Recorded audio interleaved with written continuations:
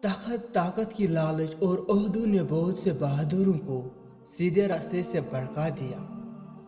طاقت یا کرسی کا لالچ ایک بار دل میں سرایت کر جائے تو سمجھو اندھے کنویں میں دھکیل دیا کسی نے۔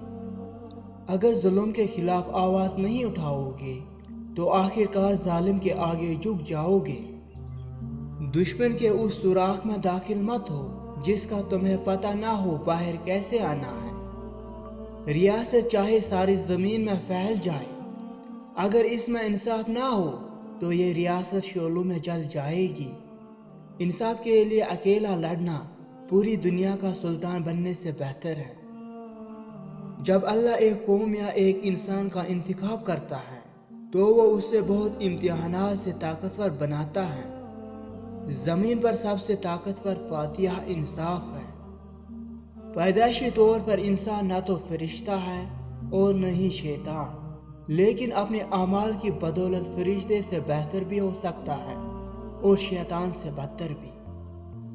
جس مٹی کو برتن میں بدلنے والی آگ ہے، اسی طرح ناپخت انسان کو کامل بنانے والا صبر ہے۔ ہو سکتا ہے دنیا میں منافقت بازی لے جائے، مگر آخرت سچے لوگوں کی کامیابی کا دن ہے۔ حوصلہ بلند ہونا چاہیے۔ عروج زوال زندگی کا حصہ ہے۔ آزمائش کتنی ہی طویل کیوں نہ ہو، صبر کے صلے ہمیشہ خوبصورت ہی ہوتے ہیں۔ اگر تم راستہ جانتے ہو تو گمراہ انسان تمہاری ذمہ داری ہے۔